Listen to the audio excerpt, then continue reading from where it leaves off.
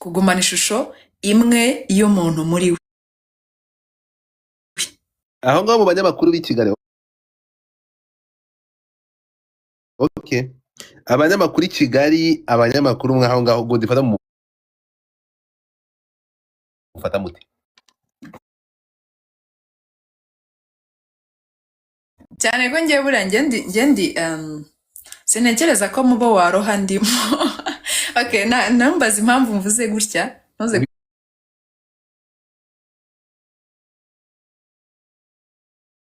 kumbaza impamvu kubera iki ntabwo nshaka kumbaza impamvu ndakubaza impamvu ntabwo wari waba unyibye byumve gutya gusa.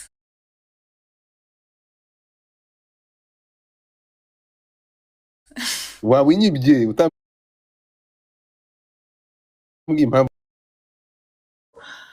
Ntabwo ntekereza ko wagira umugambi wo kundoha, ariko uzi ko iyo trust isigaye iwacu gusa. that's why mbivuze gutya. I know, nabyumvise ntabwo njya kujya kure. I know, and ni ukuri kuvuze. Ni ukuri ya buriya iyo nsanga buriya nka kiriya gihe naguhamagaye mfite uburakari, abantu bakurakaye ndavuga buri second umwana bamuteze umutego mwe muri gushaka kumwanjama mu mureke, reka mvugane nawe nsanga buri hamwe ntabwo nari nkuzi ntarimo nari asumba. Nuko akazi k'itangazamakuru mu Rwanda ko vuga ko habamo ruswa y'igitangaza, ibyo bintu bimeze bite? Iba hariko ruswa n'ibisanzwe, ni nkuko n'ahandi bayaka. Ubwo reka mvuge ruswa y'igitsina mu banyamakuru, mu bahanzi, mu kazi gasanzwe, ibintu byose nyine bibamo ruswa. Wenda ntabwo ndi bumentioninge umuntu cyangwa ahantu, ariko ni ibintu bisanzwe. Ahubwo ba nyiri gutanga ruswa, kuki mutanga ruswa? Iyo hari abari gutanga Ivy, ndashaka kugira ngo usubize kino kibazo. Ivy, unmute your mic. Ivy, subiza kino kibazo. Kuki mutanga ruswa? Kuki mutanga ruswa? Ntabwo ntanga ruswa, nanga ruswa shangwa dufambara pe. Nanga ruswa, nanga n'abazisaba. Nsobanurira gute ko wakundanye n'umupapa ungana umugabo ungana na papa wawe? Ntabwo twakundanye, reka ariko yaragukunze.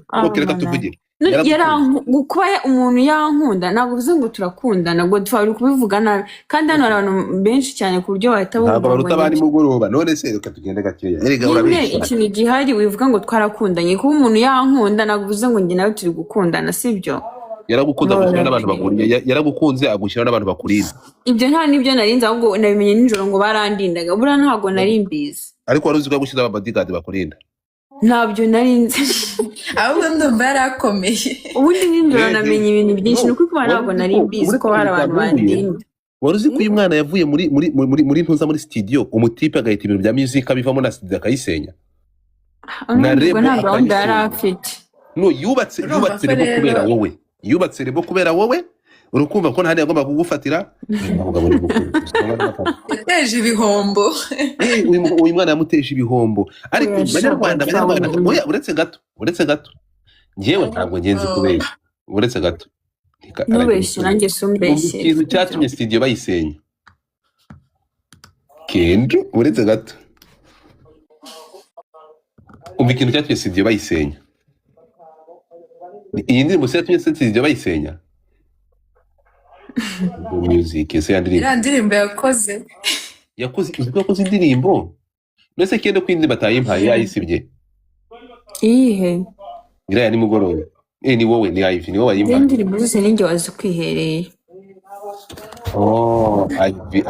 Ivy ari he?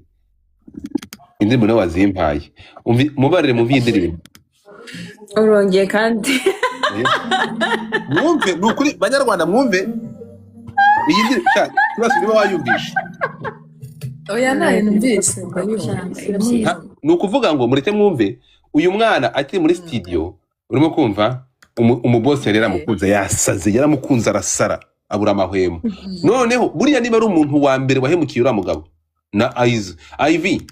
Ntabwo mpemuka. Kina indirimbo wenda n'ubundi ugiye gukina singikubwira ngo ikina, ariko njye ntabwo nkunda guhemuka. Kuko mudibona ndi kuvuga ngo I can't waste your time. I can't. Okay, iyi ni true story, ntabwo ari true story. Please. Iyi ni true story, ntabwo ari true story. ni true story. Okay, niba ari true story wabwiraga ndi Niwe nabwiraga ariko ntabwo nabyo ashobora kuba nawe yamenye nimugoroba ntabwo. Iyi ndirimbo wayikoreye muri studio ye, yes or no? Yego twe twakoraga indirimbo uyu munsi uretse gato no uretse gato uretse mwumve iyi ndirimbo wayiririmbiye muri studio y'ura mugabo, yes or no?